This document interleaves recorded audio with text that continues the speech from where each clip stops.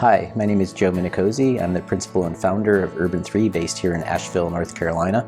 And it's 2022, and we thought we'd send out a little bit of an appreciation to all the people that have helped us grow in our 10th year here, and a little bit of a retrospective of where we started and how we got here and where we think the future is going. Actually down to 2008, I was working at Public Interest Projects, and Pat Whalen had modeled the Walmart versus the old Penny's building, and this is something that I published in the Plant Medicine magazine, and it led to a lot of people talking about this. But also during this project, we were actually doing some early 3D modeling. We had an intern who worked with us. You all might know Josh McCarty, and he was actually the first value per acre modeler back with the city of Asheville from 2008. As we were doing this model, we were comparing other cities. We talked to Peter Katz in Sarasota. He hired us to look at some buildings in Sarasota, and this was the first time we validated that the data that we saw in Asheville was actually happening in Florida. So we ran the numbers of the land consumption of the urban stuff. Dark green is urban, light green is suburban. What's the infrastructure cost? What's the yield from a tax-based standpoint? And if you know your revenue, you know your costs, you can do your ROI. So this is one of the first ROI models that we've done to show the payback period of 3 years for the urban stuff and 42 years for the suburban stuff. From the Sonoran Institute, and particularly Clark Anderson, who identified this work, and also Judy Corbett. And Clark actually worked with Luther Probst, whose whole organization was focused on showing the math. Where have we heard that before? But Clark, Randy, John, Luther, Allison, this team we worked with really turned us into a company, modeling places like Garfield County, Colorado. We did models in Idaho, Montana, Wyoming, and we saw the same trends over and over again. The mixed-use stuff in green is way more potent than the commercial stuff in red. Around that time, we actually converted and created Urban3 in 2011. One of our first employees, or actually our first employee, Derek Sanders, he got me doing more maps. We were doing QGIS at the time, but between Judy's work in California and the Sonoran Institute in the Rockies, we now had a bigger pile of data that I went and presented at the Congress for New Urbanism, where I bumped into our good friend Chuck Marone. And it was like chocolate and peanut butter meeting for the first time, and this would be a relationship that continues to this day. In 2013, our former intern graduated from college, came back to Asheville, and helped us build some models.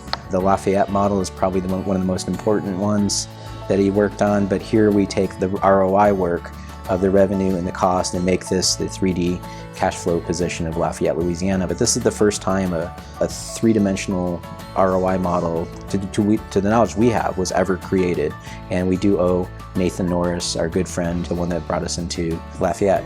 In 2016, I'd end up going around the planet to New Zealand to be a keynote speaker. We did the model of New Zealand.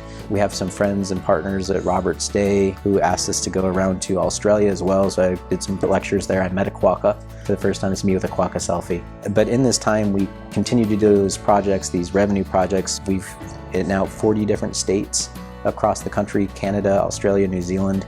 But we've also innovated. We've innovated in Pittsburgh with Doug Detter.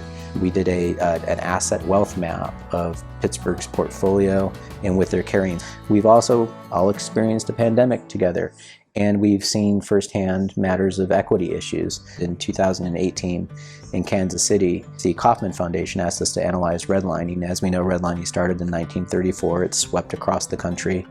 But here you can see in Kansas City, this line from orange to yellow right here is where the separation is, and that's, if you drop it on a map, you can see that's Troost Avenue, the red line on that map.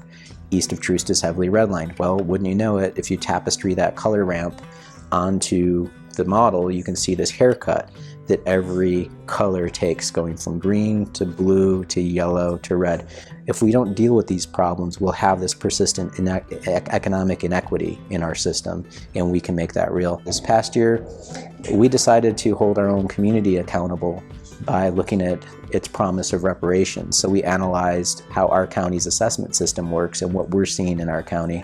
And this is just one sample. On the right is my friend Reggie Harrell. On the left is Sidney Powell, Donald Trump's attorney, a former attorney, and these are their properties stacked side by side. So Reggie has far less wealth if you just look at the dirt value of his property versus Sidney Powell. But when you look at that building value, you see that Reggie's building is actually more valuable at $125 a square foot versus Sidney's at $107. Reggie's paying $1,000 an acre more taxes. And here's the crazy part. His property value is shot up 266%, while hers has only gone up 126%. On the property card, she's renovated her property and he hasn't. How is this possibly equitable that this goes on in our system? And it's perfectly legal and it's perfectly simple and happening across the entire country. This is a model that needs to change. What's next for Urban3? We know that this is going to be a part of our process, the equity analysis. We're still going to be doing revenue economics and economic modeling.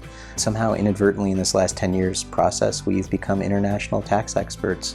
Who would have known that a design team could actually handle and get into taxes? We're really looking forward to the next 10 years and doing more fun stuff.